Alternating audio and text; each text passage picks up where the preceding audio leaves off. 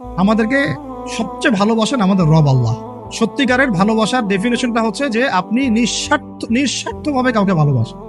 আমাদের আশপাশে যারা আছে, যারা হালাল, ইভেন হালাল, আমার মা, আমার বোন, আমার বাবা, আমার স্ত্রী, আমার ছেলে, আমার মেয়ে, এদেরও যদি কখনো স্বার্থে আঘাত পড়ে, দেখবেন সেও আপনার পাশ থেকে সরে যাচ্ছে। এমন হয় নাই কখনো? আপনার বন্ধু, আপনার ব্যবসার পার্টনার, আপনার বস, আপনার কলিগ, ওদের স্বার্থে আঘাত হলে ওরাও সরে যাচ্ছে পাশ থেকে, জিগরি দোষ সরে গেল পাশ থেকে। হয় না এমন? ভালোবাসা দুই প্রকার, একটা হচ্ছে নিঃস্বার্থ ভালোবাসা। কি স্বার্থ? কোনো স্বার্থ নাই, নিঃস্বার্থ ভাবে ভালোবাসা। একটা হচ্ছে কোনো না কোনো স্বার্থ জড়িত আছে এমন ভালোবাসা। আপনার স্ত্রীর চাহিদাও যদি আপনি পূরণ করতে ব্যর্থ হন, দেখবেন স্ত্রীর সাথে আপনার গন্ডগোল লেগে যাচ্ছে, যদিও সে হালাল বৈধ। তাই না? এমন হয় না অনেক সময়? আমি তো অনেকদিন বলেছি, অনেকদিন আগেও বলেছি, 5 বছর 6 বছর আগে, যে মানুষ আসলেই মানুষের অবস্থানকে মূল্যায়ন করে। ভিতর থেকে মানুষকে শুধু মূল্যায়ন করে আল্লাহ রাব্বুল আলামিন। না হলে কি হতো? এই যে এত অন্যায় আমরা করেছি, আল্লাহ পাক কি আমাদেরকে ছেড়ে দিয়েছেন, ফেলে দিয়েছেন, গজবে ধ্বংস করে দিয়েছেন? এই যে আল্লাহ পাক যে আমাদেরকে মহব্বত করেন, ভালোবাসেন, তার প্রমাণ এখন। আল্লাহ পাক চান যে আমরা যেন ফিরে আসি। আল্লাহ পাক বলছেন, সারা দুনিয়ার সমান গুনাহও যদি সে করে ফেলে, আসমানের সমানও গুনাহ করে ফেলে, খালি তওবা করে ফিরে আল্লাহকে বলবে, আস্তাগফিরুল্লাহ আল্লাযী লা ইলাহা ইল্লা হুয়াল হাইয়ুল কাইয়্যুম ওয়া আতুবু ইলাইহি। আল্লাহ পাক বলছেন, খালেস তওবা করলে গুনাহ তো মাফ করে দিবই, আগের গুনাহগুলোকে নেকি দিয়ে পরিবর্তন করে দিব। না ভালোবাসা না? আল্লাহ পাক সৃষ্টি করেছেন আমাদেরকে ভালোবেসে। কোরআন খোলেন, সূরা সাদ পড়েন।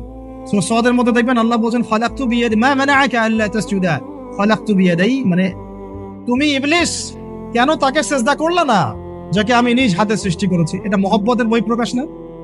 আল্লাহ আমাদেরকে নিজ হাতে সৃষ্টি করেছেন। আল্লাহ পাকের হাত কেমন এটা আমরা ব্যাখ্যা করতে যাব না। এর হাতের অর্থ কি সেটাও ব্যাখ্যা করার, তাওয়িল করার দরকার নাই। কোরআনে আসছে যেভাবে সেভাবে আমরা ঈমান রাখবো, ঠিক আছে ভাই? এখানে আবার অনেক তালগোল পাকায় ফেলে এবং বিভ্রান্ত হয়ে যায়, এদিকে যাওয়ার দরকার নাই। এখানে বোঝানো হচ্ছে আল্লাহ রাব্বুল আলামিন আমাদেরকে মহব্বত করে সৃষ্টি করেছে। এই পুরো সৃষ্টি জগৎটাই তো আল্লাহর মহব্বতের বহিঃপ্রকাশ। সবকিছু এত নিপুণ ভাবে চলতেছে, এটা মহব্বতের বহিঃপ্রকাশ না? আমি আপনাদেরকে নিয়ে যদি কোনোদিন কক্সবাজারের সৈকতে তারা দেখাতে পারতাম, তাহলে আমি বুঝাইতে পারতাম আপনাদেরকে যে এই মহাবিশ্বটা ঠিকই আছে। কিন্তু তারার মধ্যে একটা গাণিতিক ক্যালকুলেশন আছে যেটা সবাই জানে না। যারা একটু অ্যাস্ট্রোনমি নিয়ে পড়াশোনা করেছে তারা জানে। আপনার মানে মাথার বিবেকই উল্টায় যাবে যে এত সূক্ষ্মভাবে কিভাবে আল্লাহ রাব্বুল আলামিন এই মহাবিশ্ব সৃষ্টি করলো। এক চুল এদিক ওদিক হলে পুরো বিশ্ব কায়নাত ধ্বংস হয়ে যায়। এটা কি আল্লাহ পাকের মহব্বতের বহিঃপ্রকাশ না? আল্লাহ পাক তো বরং বলেছেন পুরো সৃষ্টি পরিবারটাই আল্লাহর আল্লাহর পরিবারের অন্তর্ভুক্ত। সুবহানাল্লাহ।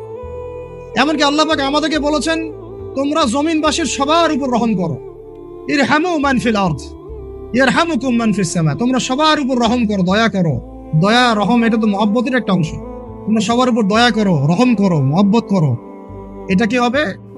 তাহলে আল্লাহ পাক আসমানে যিনি আছেন, আল্লাহ পাক তোমাদের উপর রহম করবে ইনশাআল্লাহ। আমরা সেই মহান সত্তার ভালোবাসার থেকে বের হয়ে হারাম এই যৌন ভালোবাসার দিকে যাওয়ার চেষ্টা করেছি। আসলে এটা ভালোবাসা না, যৌনতা, এর দিকে যাওয়ার জন্য এইসব করছি। আল্লাহ পাক আমাদেরকে মাফ করে যেন হেদায়েত দান করেন।